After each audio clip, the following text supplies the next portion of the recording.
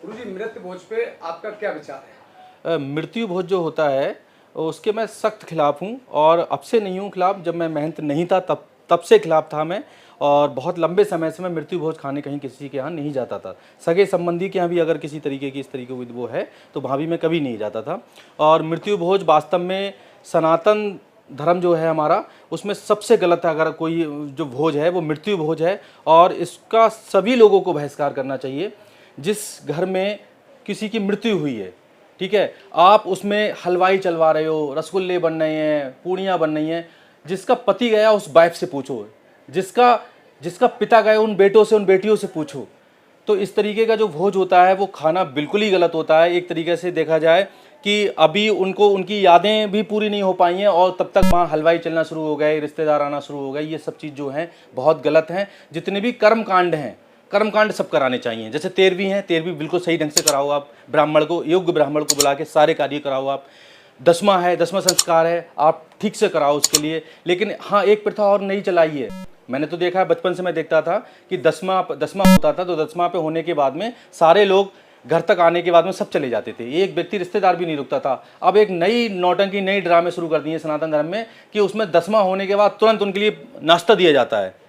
अब ऐसा कौन सा व्यक्ति है जो अपने घर से खा के नहीं आ रहा है, या अगर 4-5 घंटे अगर वो भूखा रहेगा तो उस पर कौन सी आफत आ जाएगी। तो किसी व्यक्ति का सामर्थ्य नहीं है कि वहाँ वो रसगुल्ले और तुम्हारे लिए समोसे और पकौड़ी वो सब बनवा पाए। और बेचारा देखा देखी एक दूसरे को उनको व्यवस्थाएं करनी पड़ती हैं। और 10वां जब घर ही शुद्ध नहीं हो पाया तब तक आपने उन किसी को खिला कैसे दिया। और लोग खाते हैं, जो खाते हैं वो बहिष्कार करेंगे तब खिलाना लोग बंद कर देंगे। ये नई प्रथा जो चलाई जा रही है कि 10वें संस्कार पे भी तुरंत सबके लिए नाश्ता दिया जाता है, वो बहुत गंदी प्रथा है, बहुत गलत प्रथा है। इसका पूर्ण रूप से बहिष्कार करना चाहिए, और इस तरीके की कोई व्यवस्थाएं होनी भी नहीं चाहिए। कोई व्यक्ति अपने घर से आ रहा है, खा के आ रहा है, नहीं अगर मार्केट में खा लेगा जाके, और बिना स्नान करे आप कैसे खा रहे हो आप? फिर इस बात पे आ जाओ। अगर आपको सही शुद्ध, आप शुद्धि नहीं हो तब तक आपने उसके समोसे दे दिए, आपने कोल्ड ड्रिंक दे दी। कितनी गलत प्रथा है। दो चीज़ों का बहुत ज़्यादा एक तरीके से चलन हो जाता है, समोसे, पकौड़ी और कोल्ड ड्रिंक, सबको पिलाना शुरू कर देते हो। ये दूसरे और लोग करते हैं तो लोगों को करना पड़ता है। जब सारे लोग करना बंद कर देंगे तो ये बहुत ज़्यादा सही रहेगा, क्योंकि व्यक्ति अपने गम में है और वो तुम्हारे लिए फिर व्यवस्थाएं करे, तो इतना गलत है। बहुत सारी प्रथाएं। हाँ, एक चीज़ और मैं आपको बोलना चाहूँगा, जो शादियों में आप बहुत गलत खर्चा करते हो उस पर भी बैन करना चाहिए, पूर्ण रूप से बैन करना चाहिए। जो शादियों में बाजे हैं, जैसे सपोज करो आप, बाजे का क्या है, आजकल बारातें निकल रही, बारातों में कोई जाने वाला नहीं है। पहले क्या था, पहले ये था कि हमारी महिलाएं घर में, ये होता था कि कहीं किसी तरीके से भारी प्रथा, पर्दा प्रथा थी, पर्दा प्रथा होने के कोई रीजन थे। अब मॉडर्न होने का मतलब ये थोड़ी है वो बाजे वाले तुम्हारी महिलाओं को, तुम्हारी बच्चियों को सड़क पे नचा रहे हैं और तुम खुश हो रहे हो। कितनी गलत प्रथा है ये कि हमारी महिलाएं, हमारी बच्चियां रोड पे नाच रही हैं और एक बाजे वाला उन्हें नचा रहा है। कितनी गलत प्रथा है। तो इस पर सख्त एकदम बंद होना चाहिए। अगर आप समझदार हो, आपके अंदर अगर मर्दानगी है, तो आप बाजेदार और ये सब बिल्कुल बंद करने चाहिए। आपकी महिलाएं, आपकी बच्चियां रोड पे नाचने के लिए नहीं है कि आप उनको रोड पे नचा रहे हो और पूरे सारे लोग उसको तमाशा देख रहे हैं। हमारा काम ये नहीं था कि हमारी माताएं बहनें कहीं सड़क पे इस तरीके से करें। तो प्रथाएं हैं, मॉडर्नता का नाम लेके और लोग ये सारे काम करने लगे हैं। ये बहुत गलत है। इस तरीके की कोई प्रथा नहीं होनी चाहिए और मैं इसके सख्त खिलाफ हूँ।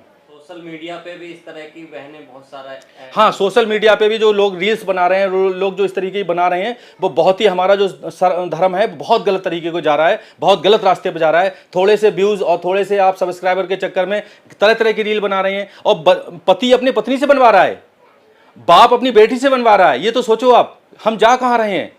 बाप कभी डांटता नहीं अपनी बेटी के लिए, आप बेटी क्या रील बना रही हो तुम। ये अगर आपको रील बनानी है तो मंदिर में आप बढ़िया करके धार्मिक बनाओ, आप पूजा करते हुए दिखाओ, आप अच्छे कार्य करते हुए दिखाओ। रील बनाना है तो तब भी तो आप फेमस होगे। ये मतलब थोड़ी आप फुगड़ता पे जा रहे हो बिल्कुल, और थोड़े से उसके चक्कर में आप भटक रहे हो अपने मार्ग से। बिल्कुल गलत है। ऐसे माताएं बहनें जो भी मेरी वीडियो देख रही हो, अगर आपकी बच्ची इस तरीके का कोई काम कर रही है उसको तुरंत आप रोकिए। ऐसा नहीं है कि आप, मॉडर्नता का मतलब ये नहीं होता कि हम अपने धर्म से भटक जाएं, अपने सनातन धर्म से भटक जाएं। हमारा जो वास्तव में हमारी जो मर्यादाएं हैं उनसे हम भटक जाएं। मर्यादाओं से हमको नहीं भटकना है। आप देखते हो कि तरह तरह के, हाँ एक चीज़ और बहुत चलन चल रही है। आपने देखो कहीं यात्रा निकाली, आपने धार्मिक यात्रा भी निकाली, शंकर जी बना दिए, पार्वती जी बना दिए, डांस करते जा रहे हैं, लोग उन पर रुपए उछाल रहे हैं। भगवान हमारे इस तरीके से है कि आप उनके लिए, और जागरणों में आपने देखा होगा कि इनकी झांकी, गणेश जी आ गए। अब गणेश जी को तुमने बना दिया और गणेश जी कटोरे लेके सबसे पैसे मांग रहे हैं। गणेश जी के पैसे मांगे हैं किसी से? है, एक माँ आई थी अपने बेटे के लिए श्याम बाबा का रूप बना के, तो वो आई तो वो सोची महंत जी बहुत खुश होंगे, हमने उनसे कहा हमने बाबा का तो शीश है केवल, इसका तो पूरा धड़ है, ये क्या नौटंकी करके लाई हो तुम। दोबारा से कभी बाबा का इस तरीके से मत करना। जो भगवान का जो झांकियां बना के जो ये सब करते हैं लोग सिर्फ पैसा कमाने के चक्कर में, जागरणों में और सब चीज़ों में, वो बहुत गलत है। बहुत उस पर लोग मजाक बनाते हैं और धर्म के लोग, और कमेंट बात करते हैं, ये हमें बिल्कुल नहीं करना चाहिए। भगवान एक पूज्य होते हैं, इसलिए नहीं होते हैं कि आप उनके लिए राधा रानी बना दिए, फिर उस पर और लोग डांस देख रहे हैं उनका, और फिल्मी गानों पर डांस हो रहा है उनका। ये सब चीज़ें नहीं होनी चाहिए। धर्म को आप मजाक मत बनाओ। धर्म को बहुत सारे लोग कथाओं में मजाक बना रखा है, जिसको जो मन में आया वो अपने कर रहा है, वो बहुत ज़्यादा गलत है। धर्म को धर्म की तरह रहने दो, उसको बिल्कुल भी मजाक मत बनाओ। ये झांकियाँ वगैरह होती है, इस पर भी मैं सख्त खिलाफ हूँ। इसको किसी तरीके से नहीं होना चाहिए। सनातन आर्थिक रूप से कमजोर क्यों हो रहा है? सनातन आर्थिक रूप से कमजोर ये हो रहा है क्योंकि उसकी सबसे मेन वजह यह है कि जिसका जो कार्य था वो अपने सारे लोग कार्य छोड़ते जा रहे हैं। जैसे ब्राह्मण का कार्य पूजा पाठ करना था, धर्मशास्त्र पढ़ना था, ठीक, लोगों को सही राह दिखाना था। कुछ लोग हैं, कुछ लोग नहीं कर रहे हैं, तो वो गलत है। अगर हमारे सनातन धर्म की बात करो तो जातियाँ कैसे थीं? कोई नाई जाति का था तो उसका काम था हेयर कटिंग करना। उसने सोचा ये तो हम गलत काम कर रहे हैं, इस पर हमें सम्मान नहीं है, और वही कोई दूसरा धर्म का अच्छा सैलून खोल के लाखों रुपए कमा रहा है, और हमारा वो बेचारा उनके यहाँ जाके नौकरी कर रहा है। कोई जैसे सपोज करो पहले बड़ा ही थे कारपेंटर, तो उनको लगा कि अरे हमारे इस काम में अच्छा नहीं है, अब उसी काम के लिए किसी और धर्म वाले ने ले लिया और बहुत ज़्यादा पैसा कमा रहे हैं। सारे ठेके वो ले रहे हैं और तुम उनके यहाँ नौकरी कर रहे हो। तो तुम्हारा तो मेन काम था तुम्हारा। जैसे कोई धोबी जाति का था तो उसने सोचा अरे इस काम में ज़्यादा हमारा सम्मान नहीं है। अच्छा, सबसे बड़ी दिक्कत क्या है कि हमारे सनातन धर्म सबसे बड़ी कमी क्या है? जातिवाद। अब सोचो, अगर कोई व्यक्ति, आपने देखा होगा मनौना धाम पर देखा होगा, कोई अगर स्वीपर भी है, उसने अगर हमारे पैर छुए तो मुझसे ये नहीं कहते अरे रे तूने मेरे पैर छू लिए। मैं उसे पैर छुपाता हूँ, गले भी लगाता हूँ, प्रसाद भी अपने हाथ से देता हूँ और उन्हें पूरा सम्मान देता हूँ। किसी भी तरीके उनको ये महसूस ना हो कि मैं ये काम कर रहा हूँ। आपका काम है, लेकिन हर काम वाले के लिए आप प्रेम करो, हर काम वाले के लिए सम्मान दो, हर काम वाले के लिए अपना उसका काम है वो, और वो पैसा कमाएगा, घर में ले जाएगा, घर में खुशहाली आएगी। अब वो सिर्फ सम्मान के चक्कर में अपने काम छोड़ रहा है, फिर दूसरी जगह मजदूरी कर रहा है जाके, अपना काम तो नहीं कर रहा है। जो कारीगर थे पहले, आप देखो कितने मजबूत अच्छे कारीगर थे जिनका लोहा माना जाता था। आज वो सारे लोग अपना अपना काम छोड़ के देख रहे हैं। धोबी अपना काम छोड़ रहा है, बढ़ई अपना काम छोड़ रहा है, नाई अपना काम छोड़ रहा है, हलवाई अपना काम छोड़ रहा है। तो जब ये सब तुम अब काम छोड़ोगे वो तो और लोग करेंगे, वो लोग मजबूत होंगे, तुम लोग कमजोर होगे। तो सबसे पहले तो अपने काम पर, आपका बच्चा हुआ तो आप उसको बीटेक कराने के चक्कर में आपने 4-5 लाख रुपए उसे बीटेक कराने में लगा दिया। अब वो 10,000 12,000 रुपये नौकरी लिए तरस रहा है। और वहीं क्या है, एक व्यक्ति 700 रुपए ले रहा है, कोई कारपेंटर है सपोज करो 700 रुपए ले रहा है, 21,000 रुपए मिल रहे हैं उसको, पूरे सम्मान से आराम से आया, आराम से काम किया और चला गया, ठीक। और पीढ़ी दर पीढ़ी उसका मतलब एक तरीका से देखो उत्थान हो रहा है। अब हम क्या अंधी दौड़ में दौड़ रहे हैं? सनातन धर्म वाले उन्होंने डॉक्टरी कराई, हम भी डॉक्टरी कराएंगे, उन्होंने वो कराया, हम भी कराएंगे। अब ये तो नहीं सोच रहे हो कि आप उसे कराने के चक्कर में कर्जा कर रहे हो, कर्जा करने के बाद फिर उसकी ईएमआई भर रहे हो, ईएमआई भरने के बाद तुम्हारी जिंदगी तो खत्म।